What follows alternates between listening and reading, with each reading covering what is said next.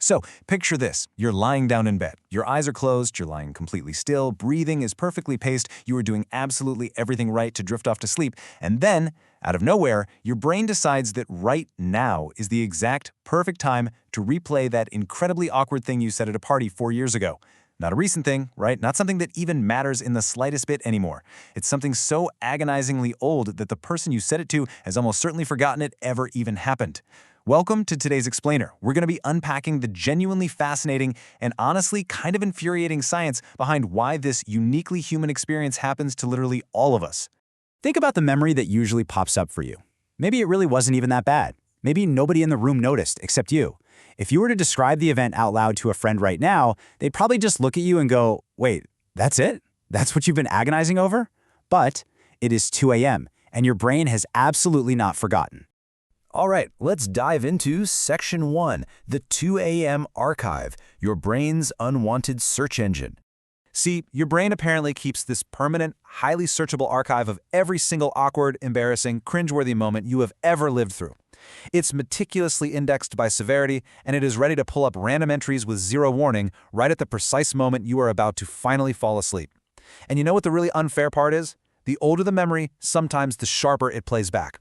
That weird thing you said in a college seminar 7 years ago? That moment from middle school that should have just dissolved into nothing decades ago? Oh, it's still there. It's still treated as a top priority. So if you've ever lain there, your face flushing warm in the dark, wincing at a memory that is years old, you kind of have to ask the obvious question here. Why does this happen at night, specifically? Why not at 2 in the afternoon? Why not while you're brushing your teeth when you could at least distract yourself? Why does your brain wait until you are horizontal, quiet, and completely defenseless? To figure that out, we need to look at Section 2, Default Mode Network, the brain's idle state. What's really fascinating here is the actual definition of this default mode network. During the day, you're constantly giving your brain something to do. You've got a screen to look at, an intense conversation to follow, work tasks, traffic to navigate. All of that external input keeps a specific set of active, task-oriented brain systems busy and in charge. But the very moment you take all of that away, the moment you lie down in the dark with nothing to look at, nothing to solve, and nothing to react to, this default mode network essentially takes over the control room. Neuroscientist Matthew Lieberman over at UCLA has spent years studying the social brain, and his findings are incredibly revealing. He found that this network is deeply, deeply involved in social cognition. It isn't just randomly firing, it is highly purposeful. It's running a continuous churning background review of your social experiences, actively scanning the archives for moments where things went wrong or even moments where things merely could have gone wrong. So it's not a glitch, it's not a bug that your brain does this at night. It's doing exactly what it was built to do the very second you finally give it some quiet and space. Which brings us nicely to Section 3, Ancient Wiring and Negativity Bias, the evolution of cringe. The central problem here, as you've probably noticed by now, is that this default mode network has extremely bad taste in what it decides to review. And that's because your brain does not weigh social memories fairly. It actively applies what's called a negativity bias. This is a robust, well-documented psychological tendency for negative experiences to stick much harder, register far deeper in our neural pathways, and be recalled significantly more easily and vividly than positive experiences of the exact same magnitude. Think about it. 10 different people can tell you that you did a phenomenal job on a presentation, but you will completely ignore them to obsess over the single person who gave you one slightly critical piece of feedback. This bias is constantly at work in your memory storage. A genuinely lovely compliment you received last Tuesday? Yeah, that's probably already started fading from your conscious memory. It's getting a little blurry. But a mildly embarrassing, somewhat awkward comment you made at a casual gathering 4 entire years ago? Oh yeah, your brain holds onto that and plays it back in perfect, uncompressed high definition. But here's the thing. This isn't your brain being unnecessarily cruel to you.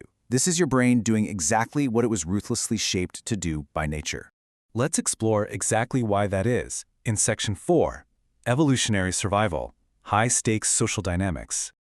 To really understand the mechanism here, we need to go back across hundreds of thousands of years of human evolution. Back to a world where getting social dynamics wrong had real, immediate, and sometimes fatal consequences. Think about the numbers 30 to 150. For the vast majority of human history, you lived your entire life inside a close-knit group of roughly 30 to 150 people. This small tribe was your absolute survival. The group provided your food, your protection from predators, your warmth. Being accepted by this group wasn't just a nice-to-have, pleasant social bonus. It was absolutely non-negotiably necessary for staying alive. Being pushed to the edge of the group or being completely expelled from it was a literal physical survival threat in a harsh world without hospitals or police forces or grocery stores. There was no moving to a new city to start fresh. You just had these exact same 30 to 150 people who watched and remembered everything you ever did. Because those specific people were your entire universe, one serious social mistake could follow you forever. Your reputation was quite literally your most important survival asset, arguably more reliable over an entire lifetime than even physical strength or speed.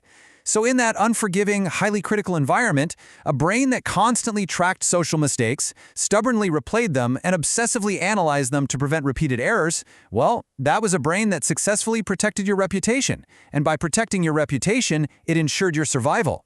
Every single time your ancient ancestor replayed an awkward moment by the fire and figured out what they should have done differently, they actively reduced the chance of making the same catastrophic mistake in a group that relentlessly judged every perceived failure. Which brings us right back to you.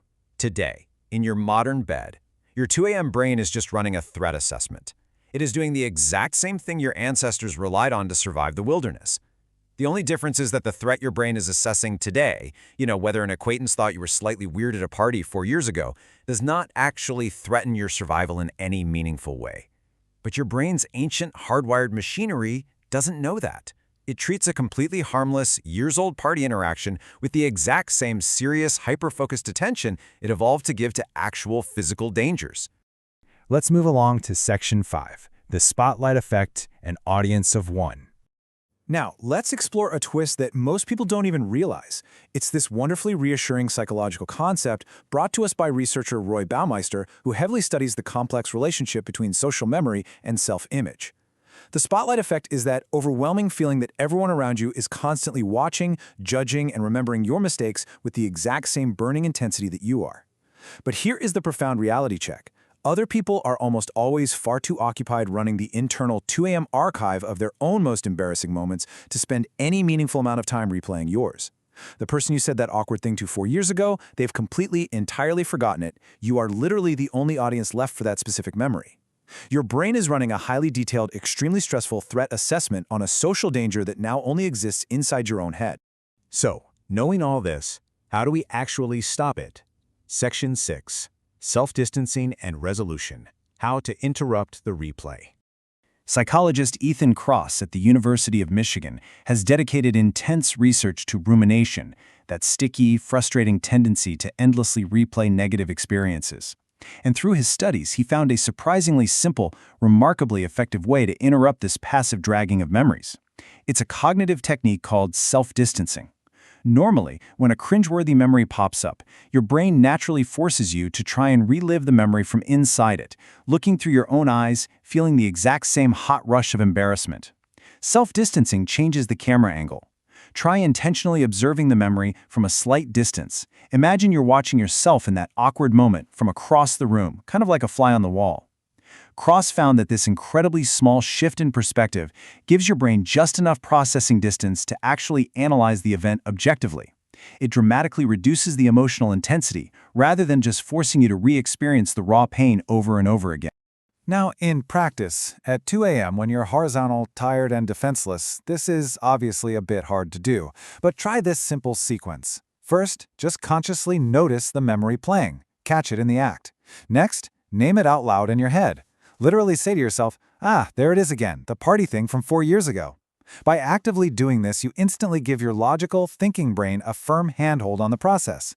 You're intentionally stepping in and taking the steering wheel, rather than just being dragged along passively in the dark by the default mode network.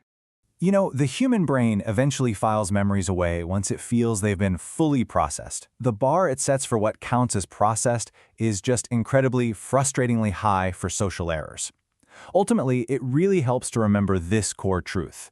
The system is working exactly as designed. The world it was designed for just doesn't exist in quite the same way anymore. Your brain is taking its oldest, most deeply ingrained, most serious job, protecting your vital place in the tribe, and it is executing that job flawlessly for a world that is long, long gone.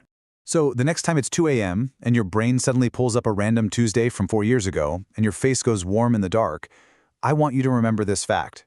You are not being haunted by a bad memory. You are being protected. You are being fiercely protected by a very old, very serious, extremely dedicated biological system that has absolutely no idea the party already ended years ago. It has no idea that the people at it have entirely moved on with their lives, and it doesn't realize that the only person still standing in that room is you. And once you fully realize that, you can take a deep breath.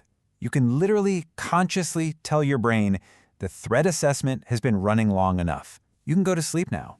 The ancient evolutionary goal has been met. There is no danger here. The group is safe. But it really does make you wonder, doesn't it? If our brains are working this incredibly hard to protect us from a 4-year-old social mistake, what other invisible ancient systems are quietly running your life today? Sleep well, and I'll catch you in the next explainer.